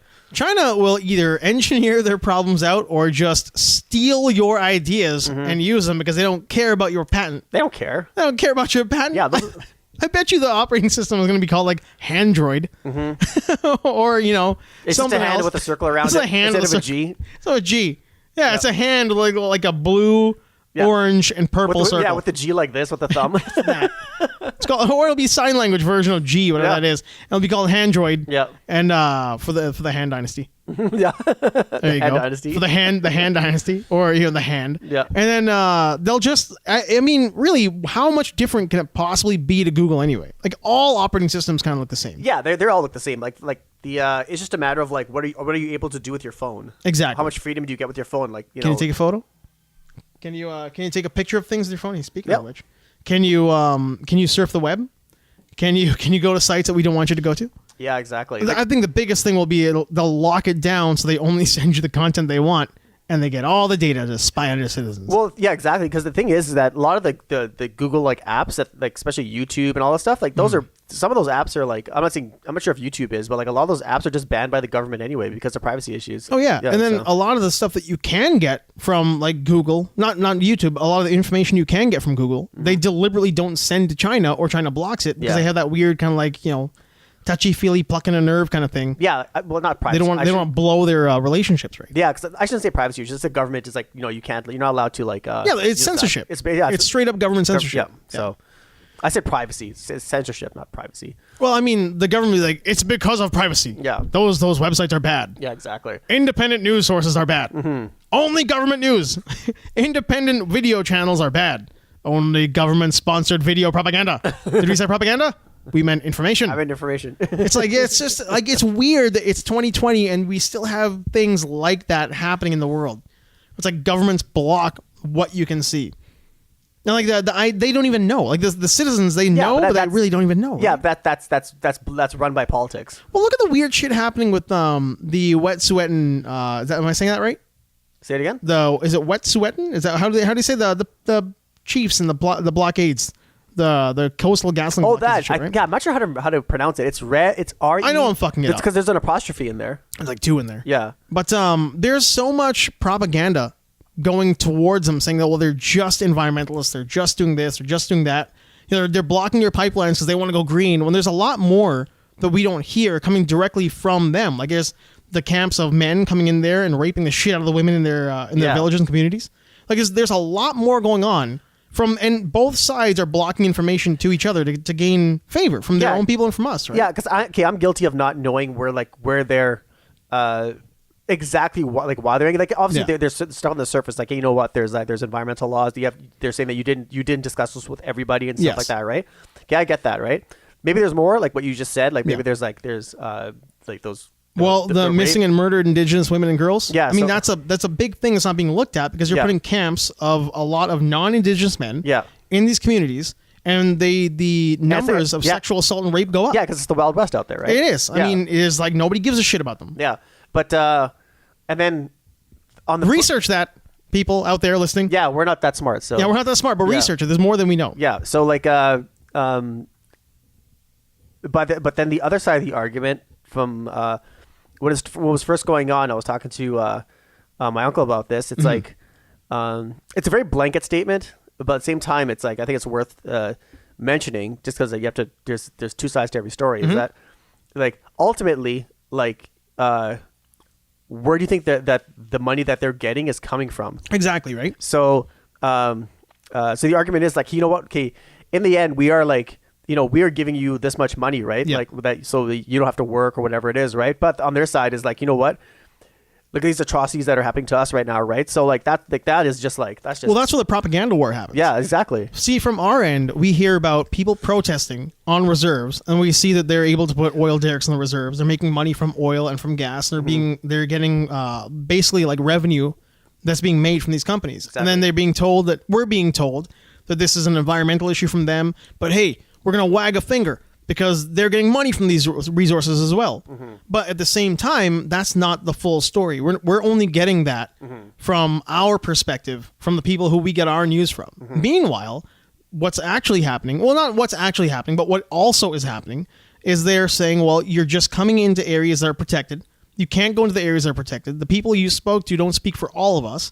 And a lot of our women and girls will get murdered and raped. Yeah. And that's a fear for us. It's a genuine fear for us because there is still a lot of shit that happens in our community that doesn't get reported outside of it. Yeah. See, I think if it was, so let's you take the fact that let's see if they had talked. And again, we barely know this. Yeah, we don't know. We barely know anything we're talking about. Yeah, this is just random news sites. Because I still have to research this, but but I find that if you, let's say if you said, you know what, okay, we will, okay, but I'll ask you this, okay, let's say if they actually decided to, okay, you know what, we're going to consult with all the tribal groups, all the leaders, everyone who's going to be affected by hereditary chiefs. Yeah, all the chiefs who are like all the tribes who are going to be like, or all the groups that are going to be involved in that, or if it's going to be going on their land. Talk to all the chiefs. Talk to like everyone who's involved. Everybody, right? So let's say you did that. No stone left unturned. Exactly. So let's say you did that, right? And they all came to an agreement that said, you know what, the chiefs, like the ones that were at the top end, they said, you know what, let's go through with this, right? It's a win-win. And on the other side, it's like say, yeah, you know what, we want to go through there, right? Would there still be this much trouble? It's a tough one, man. I mean, because I think. Number one, we don't know because there's always been a lack of communication and respect, no matter what. Because on the ground it would be different. It would be much different because the people who are actually like because the First Nations chiefs. I've been on these lands before. Like I've done a lot of. You've done work out there. I've done work out on there, right? So I've done a lot of environmental consulting on those. Is that when something goes wrong, when there's an oil spill that goes wrong, and it like pipeline burst goes into that forest area. Yeah. When those First Nation leaders, when they come in, they're the scariest fucking people you've ever met in your life. Well, you are directly destroying the land they live on. Yeah. And it's not just that you're destroying it, but you're destroying it after they told you not to destroy it. They are like, when they came in, I was like, I saw this 6'4" lady come in. She was walking around. I'm like, she looked like a fucking, like, I was like, who is that? They're like, that's the sister of the chief. Sorry, that's the daughter of the chief. The daughter of the chief. And you're not saying it in the sense that they're scary as in like they're physically intimidating or going to harm you. No, it's like you're looking at somebody, like it's almost like you got caught in a burglary and the owner has come home. Yeah, that's a good way to put it. Like she's walking around like she's like, I what the fuck? Like she's looking for answers. She's like, okay, what's being done? What's the status of the project right now? Yeah. How's the remediation going? Because if you think for a second that they don't have all the information. No, and they're owed it. They're like, yeah, you have to tell us exactly what's going on. And again, because it's like a big part of the propaganda, and I don't want to shit on anybody, just because they're white or whatever, or white privilege, because I don't think it exists, the luxury of being white. But the idea among non-Indigenous people or non-people, like white people, like anybody who's not really a part of that group, is it like, well, these are a bunch of people who are just kind of idiots getting a government check, sitting around smoking and drinking and being dumb and yelling about their land. Mm-hmm. It's like, that's not the case at all. No, not there's at all. a lot of these places now that could be the case in some communities. Like there's all that problem that happened up north with like reserves that have a lot of money. And the wealth isn't being shared. Yeah, equally. we're not pretending that it doesn't exist. It totally exists, and it exists in all communities. Yeah. But at the same time, like everybody out there who's talking about like Coastal GasLink or talking about the pipelines or doing a blockade or involved in the the conversation about whether or not it's going to happen, they're highly informed and they're very intelligent. Yeah, because and if you think for a second that you're going to show up there and tell them what you're going to do and they're just going to roll over without having like a friggin' dictionary's worth of information throw back at you. Yeah. Like you said, you show up and she shows up there and she doesn't just show up and ask you, what did you do? Yeah, you're there to give her answers. She's doing an investigation. Yeah. And you're going to have those answers ready for her. Yeah. Because she has got the answers. Oh, yeah. Like she wants to catch you in a lie. Yeah. She, like, when we were there, she was talking to all the project managers. Mm-hmm. And then she talked to my project manager. And then, and then she came up to me and she's like, because I caught myself, because she caught my eye and I was looking at her. I was like, holy shit. And then she goes, she's like, what are you doing? And I said, I'm just testing. I'm going to the water wells. I'm just testing the groundwater for and just getting samples. Mm-hmm. And she's like, how's it going? And I said, actually, you know what? The perimeter is it's closing in, but it's closing in. That just means that the instead of being like let's say you have like a 2 square mile. It's how far the damage is going. Yeah. So I was like, the damage width is getting smaller and smaller, right? And she goes, yeah, keep at it. And then I said, okay, fine. And so I just wanted to go. I was like, I thought she was going to punch me in the face. Well, you're legitimately dealing with a person in power who knows their shit and wants answers. Oh yeah, like Trans-Canada, they got hit. Oh yeah, I'm not sure how much that cleanup cost. Obviously, it's a drop in the bucket for them because they make so much money. But like, just seeing it, like I think I told you, like I was. Me and my PM, we were just walking around, and I was like, he's like, yeah, this area is done. We just because all you do is all you're doing there when you're working environmental consulting is just you're grabbing samples, testing it for hydrocarbons, and then you'll be like, you know what, this area is deemed done. So if it still has hydrocarbons on it, you spray it, the whole area. Be like, yeah, you know what? Then the digger comes in, takes that soil, gets it out of there. Mm-hmm. You contain whatever is in the ground. Yeah, whatever's contaminated, you get out. You shovel it out. And then once the entire area is clean, and it's all decontaminated, all the contaminated soil has been taken off, and then they start all the nature consultants come in. They'll find out like what trees were actually taken, because you have to clear the area basically, right? And so when you're done, it's a huge clearing because you cut down all the trees and everything. I mean, yeah, you strip everything out of that area. You have to get everything out of there. So you're looking at a football field now. Yeah, pretty much. You look at a flat area that's just been like completely flattened by just by this cleanup, right? Decimated. Yeah. So like what they have to do is now all the nature consultants come in and they come in and they replant all the trees that were actually the indigenous trees that were there. So there's a lot. I mean, it's a lot of work. It's a huge undertaking. Yeah, it's wild, right? Yeah, People think it's just like, oh, go in there and clean the oil and hit the road. No, it doesn't work like that. No, I think I told you. Remember what happened when there was that Indian guy? Who I was there one day and I came to site and half the site was gone. I said, what happened? And they're like, some guy this is how I got involved in everything. All right. So I showed up and I'm like, what happened? And they're like, this guy gives to me, he goes, well, what was the damage at this site? Okay, so what happened was that the guy who was supposed to be like the truck driver who's taking out all the contaminated soil off site. Mm-hmm. It's like an oil spill. Yeah, so he's taking the contaminated soil off site, and then it was the roads weren't that great, but they were actually not too bad. And then he was driving, and then he swerved. His story was he swerved, and then his truck flipped over, and his soil went into a waterbed. Oh no! So half the site had to go there and quickly clean up everything. Oh, brutal! So they're like, so then he slinkied all that shit over. Yeah, and just made more of a mess. Yeah, so he went, and then the truck just went over. Incredible description of a truck swerving, by the way. Yeah, thank you. And so then the guy, like, I said, oh shit. And then, so then all of a sudden the head project manager came up to me and he's like, he goes, Roger. And I said, yeah. And he goes, do you speak Punjabi? I said, he's like, do you speak or understand it? And I said, I kind of understand it. I said, I understand it. And then he goes, yeah, so come with me. And then then he brought the guy in the office, right? Uh-huh. This guy's a dip, okay? Like, this guy's a total dip, okay? Oh, and, brutal. Yeah, pure. So he is like pure fresh immigrant, to the country. and he's like just sweating bullets. Like he's like I'm gonna lose my job. I have to go back to India, whatever it is, work on the farm, or like go back to my arranged marriage or whatever this is it is. So right? sad. So sad. He's freaking out. Yeah. So his basically his livelihood is in my hands. How old is he? Oh, he must have been like 30 something. Oh, gross. Yeah. So well, gross in that like he's gonna reset his life in his head. Right? Yeah, exactly. So panic. He's always sitting there, and I'm like, and his name was I can't. Oh, leave his name out. Yeah, leave his name out. Right. So then they brought him in. Then I was like, so I said, can I talk to him privately? And he's like, that's fine. And then so I talked to him privately. I said, so I said to him like, so what happened? And he didn't understand that, right? Mm-hmm. So I was like, so I told him in Punjabi, and he told me the whole story, and he basically told me that there was no deer. I just lost control of the car. Oh, brutal. I said, buddy, that's not gonna fly. Oh, that's rough. I'm like, and then I said, your best bet is that I'll tell him that there was a deer. Yeah. And you'll and we'll just live with the consequence. I'm like, are you okay with that? And I said, so make sure that I'm gonna tell him this.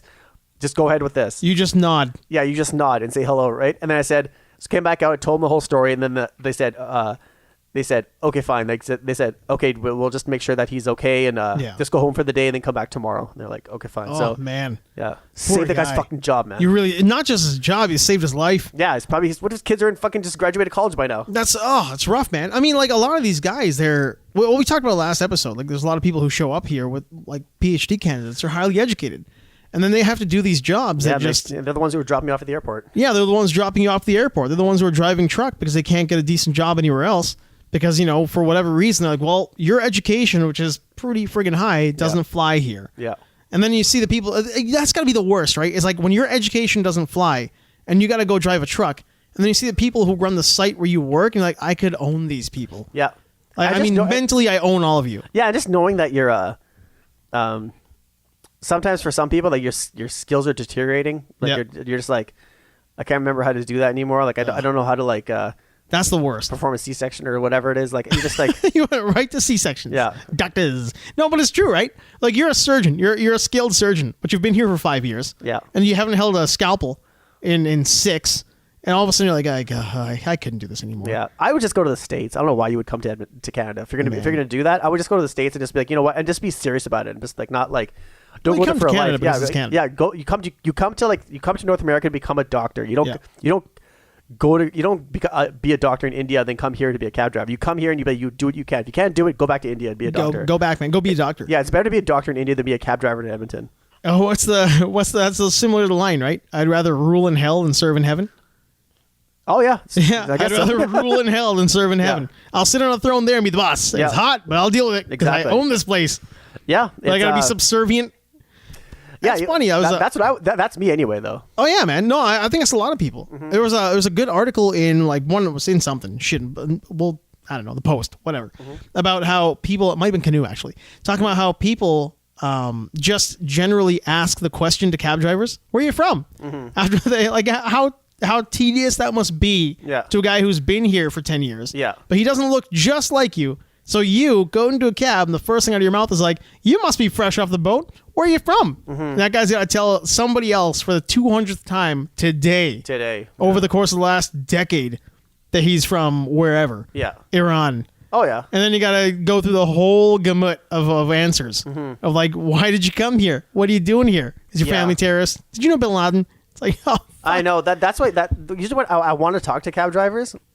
Same time, I just want to say like, I always say like, hey, how's your day going? How's your day going? You know, what's going on? Blah blah blah. Right. So that's a conversation you want to have. That's a normal conversation to have with someone. Yep. You don't want to say like where are you from? Oh yeah. And one thing I don't do is like talk about Uber. Oh yeah, no, they don't bring pissed. that up because then they're like, that's gonna be like they're like, oh, Uber's taking over everything. Then they take a left turn to nowhere. Then you're driving over a cliff. Oh god, then you're driving over a cliff. Yeah. I was with a cabbie coming back to. I was parked by the train station here in the south side. I was coming back and we came behind an Uber driver and he looked at it and he got mad. It's like, look at this. These guys, assholes. Like he got into this whole spiel about how he hated Uber. Yeah. But he was involved in all the talks about the licensing when they first came in. And it was just funny to hear this guy just kind of like go off very technically about why Uber is terrible. And I'm not saying Uber is terrible. I've used Uber. Yeah, Uber's awesome. I'm just saying there's a lot of cab drivers. It's like WWE versus WCW. You like one, you hate the other. One's ruining a business, the other one's owned by Vince McMahon. Yeah, exactly. It's like whatever floats your boat, right? But it's like there's these little things that happen that are unintentionally either hitting a nerve with cabbies or hitting a nerve with people who aren't from here. And again, I think a lot of that comes into that unintentional racism. It's like the microaggressions bullshit. They use that little flavor, the flavory term. Yeah, but they'll be like, what? Like, if the person who lashes out, their mindset is like, well, what do you think my response was going to be? What do you mean? In the sense of like if the cabbie lashes out? Yeah. Oh, I think a lot of times they don't. I think they get frustrated from the question. Yeah. I can't imagine a lot of them are out there making trouble. Yeah, at the same time, or they're like, you know what, I've been here. This is just another one of those days where right? guys are like, I'm going to hear this over and over again. Yeah. But I think, like, again, I've always kind of said the problem with the world getting over like that divide, that idea that, well, you're not the same as me, so you can't possibly be Canadian. It's like I got to find out where you're from so I can gauge, like, did you become a citizen? How Canadian are you? Like, are you? Because like a lot of these guys are Canadians. Yep. They're either permanent residents or they've gone and gotten their citizenship. Yeah. They're Canadian, and they say I'm Canadian. You're like, no, but where are you from? Yeah. It's like, look, man, no, I'm Canadian. Yeah. But there's like good people out there who just don't believe in racism because they're not racist and their friends aren't racist. It's like the Don Cherry effect, right? Yeah. Don Cherry probably had a black doctor. Don Cherry would probably go to a Chinese dentist. He'll do all that stuff. Yeah. But at the same time, Don Cherry thinks white people built this country. Yeah. Like we talked about Don Cherry, and I was like, you know what? I'm kind of glad they threw him off the air. It's a tough one, man. Like, I mean, I can understand when people say it was a tough one because he's kind of an institution. But like the thing is that there's no room for that. But there's also no room for growth. You know what I mean? Like, just getting rid of him. Like, he could have left for a year and done an apology tour and made a Netflix special about how he learned. Yeah, but that's the thing, that never happened. It never happened. Yeah, right? that never happened. Right? They just flat got rid of him. Yeah, but I think getting rid of him was a good thing though. Yeah, overall, like it is like one of those things where like maybe this is how we roll over and get the change we need. Yeah, like we're now going to 2020. Yeah, and all those guys are gone now. However, I do think they shouldn't have. They could have gotten him off the air. But I'm a big believer in he needed to do like a public, not so much an apology tour to be humbled or humiliated.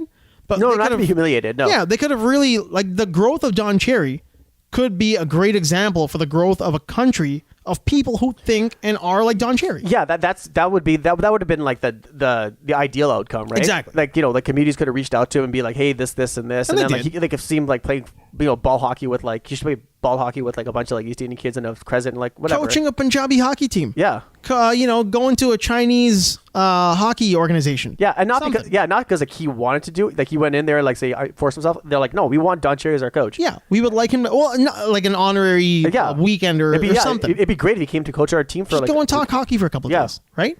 But then again, like getting rid of him, I think is the right overall direction. But I think it also doesn't allow for any kind of growth. No, and that's sad. No, to me. I think it's depending upon like it doesn't allow for growth, but at the same time, it stops the growth of something else. Yeah, no, I see exactly what you mean. Yeah. No, it's like that's why I think it's a tough one. Because I agree with you 100%. I totally agree with you 100%. And at the same time, I wish things could have been different. Yeah. Which is sad. Yeah, because like the guys like him, I know people like that where they are just. And again, there are times when you meet a guy like Don Cherry, who the second I start talking in a group of people who are like him, like if it's happened at work, right, where you'd be working with people who are like the elder statesmen of your organization, and then you're having a conversation, and you're always looked at as the guy like, well, what do you possibly know? Yeah. Like you're not Canadian. It's the cabbie thing, right? Yeah. Where are you from? It's like, how do you know so much? You're pretty articulate. Yeah. You speak really well for a non-white. Yeah. But at the same time, that's the same guy who's got like a black doctor and a Chinese dentist. Yeah. And a Muslim accountant. Like, you know, he's not racist, but he's just old man ignorant. Yeah, but the thing is like... But those guys do breed racism from other people who don't know that they're not racist. Yeah, like the people who are like... The thing is like, I don't want any of this, because like, you know, that is a very like diluted example of what's going on in the States, right? Yeah. I don't want any of that in Canada. Yeah, no, I'm the same way. Yeah. And which is why I find it so hard, like so difficult, because I agree with it 100%. But it bums me out that it couldn't be different. Yeah, the thing is, like, if Don Cherry had just behaved himself a little bit and not gone, like, just be like, why'd you say that? Or like, okay, fine, you understand why you got thrown off the air? Good. Like, you know what? And then if he took it upon himself and other people, if the community reached out to him, any community, could have been like Punjabi, could have been anybody, right? And reached out to him, be like, hey, you know what? We want to like not help you, like, not in the sense of like clean up your image, but like, you know what? Why don't you? We welcome you to come to our community. Mending fences, man. Yeah. Like we didn't take it personally, but at the same time, it's like he goes, why don't you come in? Because we love hockey. Yeah, and I don't believe he took them up on it. In fact, he doubled down. Yeah, like a lot of times. Oh yeah, I'll said it again. It's like, yeah, that's the problem, Don. Yeah, exactly. Stay off the air then. You ever hear about Sputnik Monroe? It's something that always sticks in my head whenever I think about like racism through the ages and people who aren't, but they're like, you know, like that weird kind of like even back then, like in Don Cherry's youth.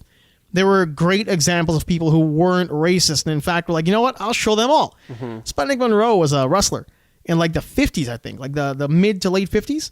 And he's a villain who would actively, like one day he's like just driving around. He's going to an arena and he's like super tired. So he picks up a black guy because he's like a hitchhiker.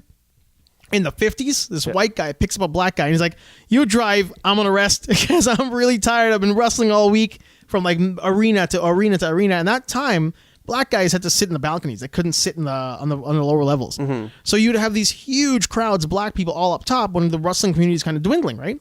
So Sputnik Monroe, when he gets out of the cab, this is like a huge group of people, the fans were in the front to see him show up to the arena, like they do here still. And he gets out and they're like, there's a black guy with him. So he hugs him just to kind of be like, I'm going to play this heel gimmick. I'm going to run it to these guys because he's already kind of the bad guy. Yeah. So he became more of a heel by getting deep with the black community. He hugs and kisses this guy in front of a crowd of people who are now like throwing tomato cans at him.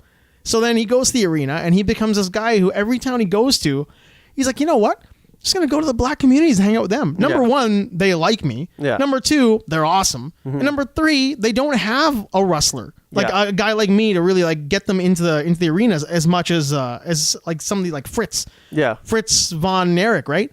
Like they're going to go to see him. The white community's got him and the black community's got me. So he starts dressing in like pimp gear, carrying a cane. He's driving caddies. He's going to these arenas, going to neighborhoods, giving out tickets in the black community, and then he finds out that like the white audience dwindles.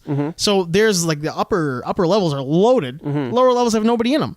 So he ends up, I think, making a deal. He starts wrestling with another black wrestler. The two of them get together and make a deal with like an arena owner, like the Madison Square Garden of the South. And he tells them that you've got to desegregate your audience. Black guys can sit wherever they want. And not only will they get to sit wherever they want and you'll be looked at as a hero, but at the same time, you're going to make a shit ton of money. You're going to make a shit ton of money because it'll be full. Who cares if the white guys don't show up? And next thing you know, that guy's like, yeah, let's do it. So he does it. He loads the arena up. They all come to see Sputnik Monroe. All the other wrestlers don't give a shit because like very few of them are actually racist. Like Fritz von Erich was like a Nazi, but he wasn't a racist. Yeah. So they're all wrestling.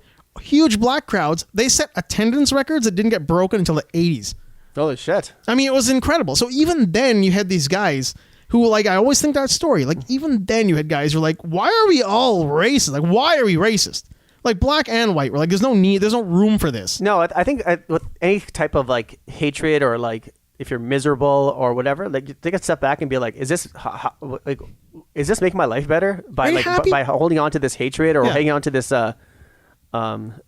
this headache or it's got to be tiring. It is. Like being an advocate for racism and hate must be so tiring. It is. And when you're not an advocate of racism and hate, when you just let everybody like live and let live, you've got nothing to be mad about, man. No, nothing. It's a weight that's just left off. Yeah, that's a great. Again, it's a cliche, but it's a great way to say it. It's a weight that just goes away, man. Yeah. There's no need for it. Yeah, like when you take a step back, like and then recalibrate after a couple of days, and you be like, why the fuck did I waste so much of my time like just worrying about that stuff or caring about that stuff? It's like when I got the sugar out of my system. Oh, there you go. My joints feel so much better. Yeah, there you go. Your joints will feel so much better when you get that hate out of your system. That's one thing. Same thing. When I started running, I'm like, why didn't I do this earlier? Why didn't I do this earlier? It's like Handsome Dan, the barber thing. Why didn't I do this earlier? Yeah, anyone I know who eats cleanly, and they do it for like a long period of time. They're just like, I've never heard one person who was like depressed.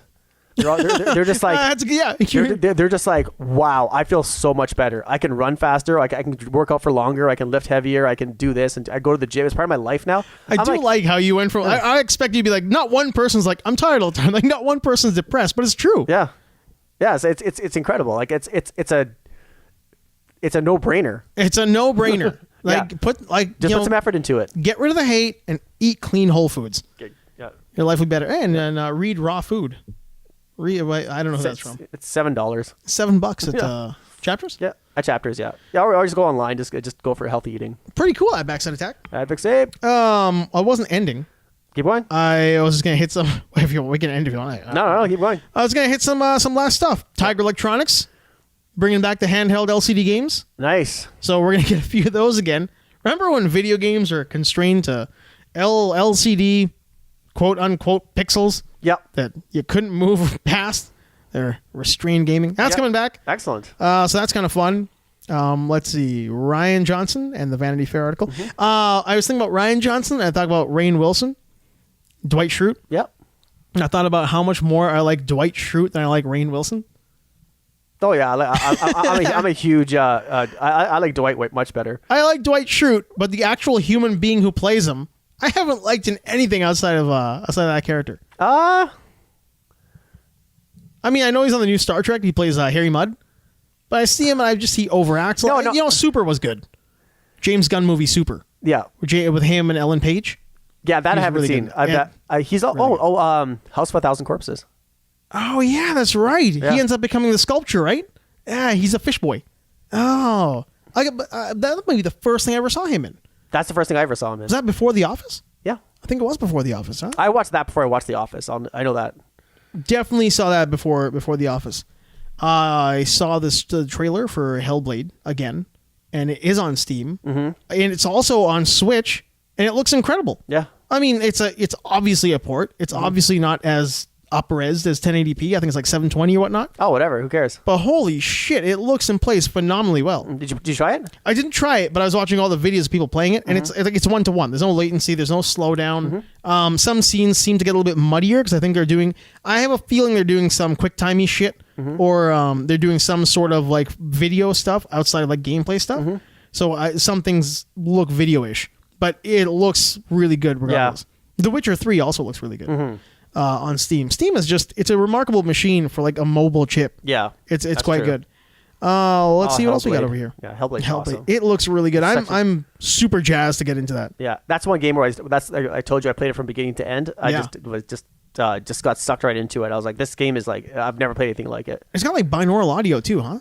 Like when you put headphones on, it really fucks up I've heard that. Yeah. I played it just on Atmos, and it's just it's incredible. Well, it just, man, I don't think I've gotten sucked in by watching a person play a video game in a long time like that.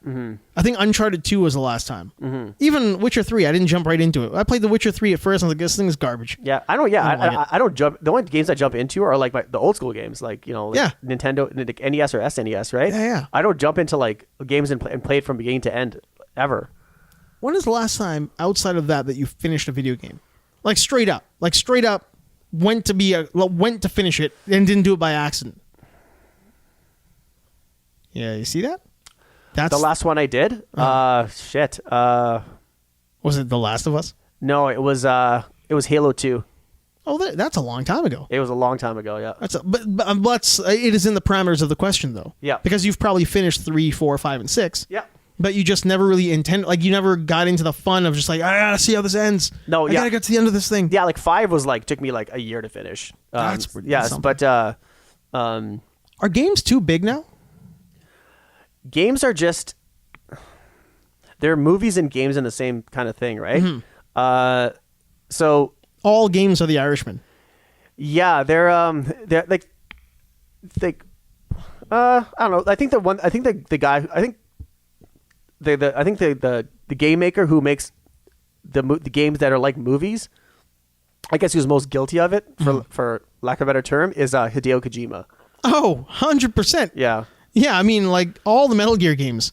are just movies. They're just movies. Yeah. They're great. They're great. I enjoy them for what they are. Mm-hmm. But again, I never really feel like it's a game. They're super well made. Yeah, really well made. Yeah, like, but they're probably the most polished games. But like, but yeah, you're just sitting through them. And you're just like, because he's a big movie guy, so like he makes his games they're game/movies. The last one of his, I remember feeling like I had any kind of real control over, outside of the fun of playing them. Because I mean, like Guns the Patriots.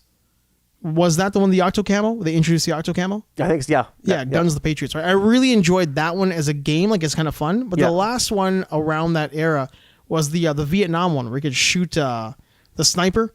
You could shoot him in the beginning of the game, and then you wouldn't fight him at the end of the game. Mm-hmm. Yeah, that one I really felt like the Vietnam one, where you kind of felt like you were in control of a video game as a player controlling a world. Mm-hmm. But the rest of them, you just feel like you're in like a rail. You're just going along with the story. And Guns of Patriots was kind of like that. Yeah, because it was very linear. It was very linear. nailed down. Yeah, and it was a platformer. Yeah, so that's another one I finished from beginning to end. Like I had catching up. That took so long though. It was a good story though. Yeah, the story was fantastic. And I never played 1, 2, or 3. I didn't play any other Metal Gears. Oh, get out! Yeah, I just really because when that came out, that's when I got a PS3, and I was like, okay, I'm gonna.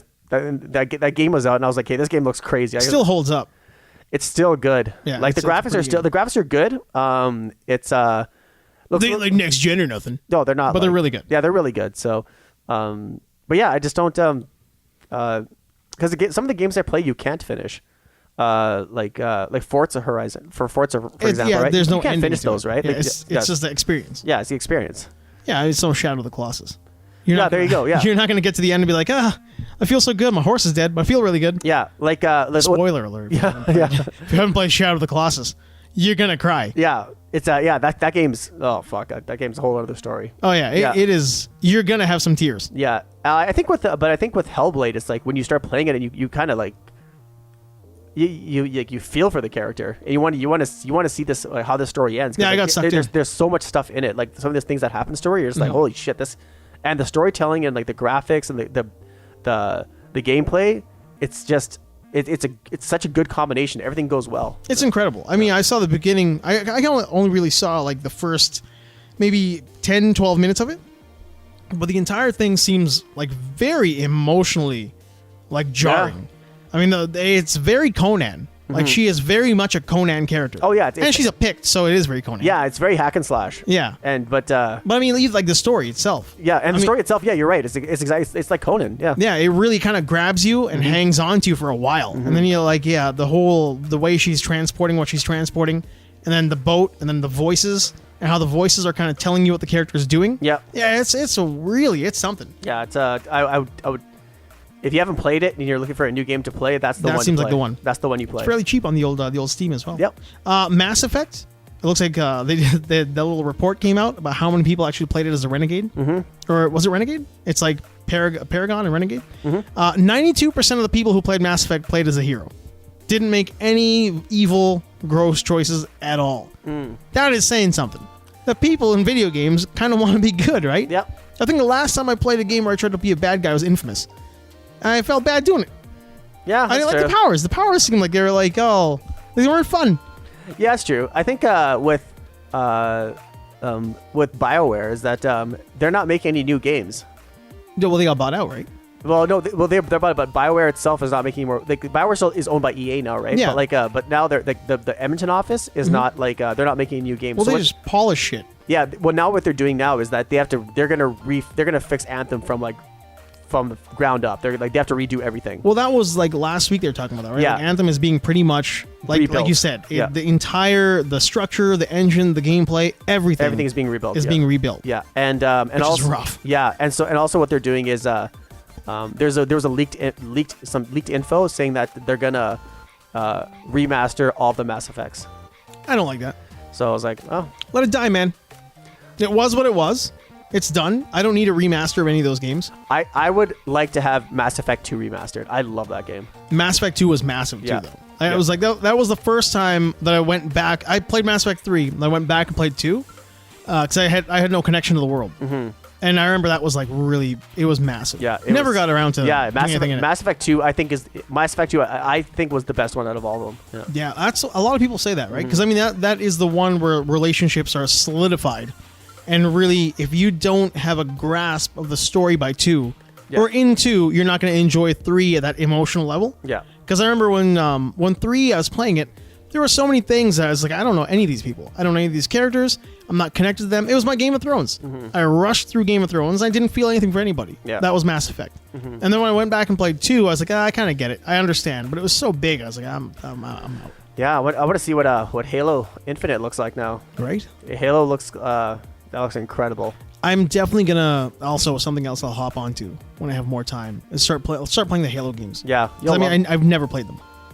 You never played them? No, we talked about it once. Oh, that's right. I've never played Halo, but they're all I think like 1, 2, 3, 4, and a lot of the side games are in a package for fairly cheap on Steam. I have the because I have the Master Chief Collection. It's 1, 2, 3, 4. I think I'll have to pull that up. Yep, I'll give that to you. I'll throw that in the in your Xbox over here, and Yeah. we'll make that happen. Yeah. Works for me. Let's see. We're kind of hit all of our stuff here, buddy. Liquor stores getting robbed, and off-duty cops are stopping them. Value Village is getting robbed, and brown guys are getting yelled at for being security guards. But I mean, it was not unusual. That guy looked the America guy, the guy in the America shirt with the gold chain, yelling at the dude. He looked like the kind of guy who'd yell racial slurs. Liam Neeson says, "Well, clickbaity. I was mad at Cinema Blend because it is one of the news sources I kind of go to. Yeah, in the Cinema feed. Blend's good. Yeah, They're pretty good. Got super clickbaity because they're talking about how they want less Tony Stark in the Spider-Man movies as the influence who dies, and they're like, "What happened? You're doing a disservice to Uncle Ben." To me, I feel like them not including Uncle Ben in the story is fine because I don't need to see him cry over Uncle Ben's dying body. I don't want to see that anymore. And I don't need to see Bruce Wayne, banging his baby hand on a corpse or a casket. Yeah. Like, I don't need those things anymore. So I do like they're including Tony Stark as the new thing that's really hitting Spider-Man. Because Spider-Man's story is always about loss. Yeah. He loses Uncle Ben. No, but you can't retell that tragic story over and over again. Over and over again. We all know We all get it. And the thing is, like, if you don't know what we're talking about, then you're not a comic or movie fan. Yeah, exactly. So it doesn't matter to you, right? So I don't need to see that again. But their next thing was they did a clickbaity kind of title about how Liam Neeson thinks superhero movies are dog shit. It's like, that's not what he said. What he said is he doesn't want to go to a gym like Hugh Jackman and, do 5,000 push-ups a day and deadlifts to get into a superhero costume. So they're not his thing. Yeah. It's not that he thinks superhero movies are dog shit. He just doesn't think he wants to put that much effort into That's it. very unresponsible journalism. It's irresponsible, Cinema Blend. Get your shit together. And I think that's about it. We'll leave emotional support horses for when you take your flight. Yeah. Because there's a whole thing about emotional support animals. Okay, yeah. You take your flight, come back, and then we'll talk about traveling. Yeah. I think the next one, actually, we might have somebody come in to talk about traveling. Okay. If it all works out the way I want it to work out, starting next week, we're going to have more people coming in. Because now we are back on YouTube, and we're back on Apple. Yep. We're always on Google. We're always on Stitcher and iHeartRadio. SoundCloud, CastBox, podcast.com. If you go to that website right there, BSFWpodcast.com, you will find all of our sources. Yep, that's true. That's your best bet. That is your best bet, actually, yeah. And if you're listening to this, we're in the description below. Yeah. Tell your friends. The more people we get to watch, the more goodness we can put out in the world. Exactly. Comments, suggestions. Yeah, I mean, I'm not going to lie to you. I'm probably not going to read any of the comments. I'm going to leave it all up to you. I'll read those. Yeah, you read all the comments. Yeah. You'll be the comment editor. Yeah, I will be. Actually, no, I don't want you to edit anything. I just want you to be the comment guy I want you to be the guy who reads the comments. People hate us? You mean people hate us?